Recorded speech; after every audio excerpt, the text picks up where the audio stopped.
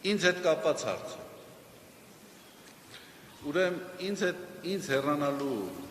ինձ ուղղված հեռանալու պահանջը, իմ ծառայությունը կասեցնելու պահանջը կապված է տեսագրությունների հետ, որոնք հրապարակվեցին։ Ուրեմն տեսեք, քանի որ դա տեսագրությունների հետ ուղղակիորեն առնչված է, ես ձեզ ասեմ։ Ուրեմն ես ձեզ 4 հանգամանք կարող եմ նշել, տեսագրությունները, որոնք շրջանառվել են, ոչ ոք դրա համար պատասխանատվություն չի ստանձնել։ Անգամ քննչական կոմիտեն,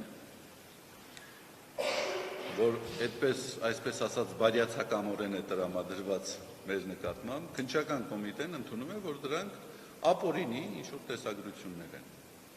Ոչ ոք չկա, որ ասի, որ այո, այդ տեսագրությունները մենք ենք արել, մենք ենք պատրաստել, մենք ենք հորինել, չկա անտեր ինչ-որ տեսագրությունը, անտեր ինչ-որ առարկա է։ Եվ եթե մի բան անտեր է, որոշակիորեն տուժում է նաև դրա արժանահավատությունը։ Ոչ ոք չկա, որ ասի, այո, սա արել ենք, սա իրական է եւ այլ եւ այլ։ Երկրորդը, չկա այս գործով որևէ անձ, որը որ ասի, այո, դա այդպես է։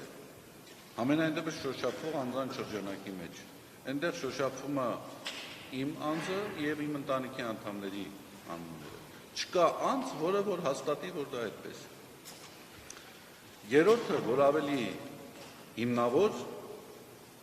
փաստարկ է։ Ուրեմն դուք գիտեք, թե եկեղեցականների շուրջ ինչպիսի արշավ է իրականացվում։ Եվ գիտեք, որ հատկապես որ եկեղեցականների շուրջ։ Դուք էլ չէ, եւ ես էլ համոզված էի, որ եթե ես զմայլված լինեի Նիկոլ Փաշինյանով, բացարձակապես որևէ քննադատության, որևէ թթու խոսքի չէի արժանանալու։ Ուրեմն հետեւաբար այս երևույթը ունի շատ կոնկրետ քաղաքական ուղղվածություն, քաղաքական ենթատեքստ։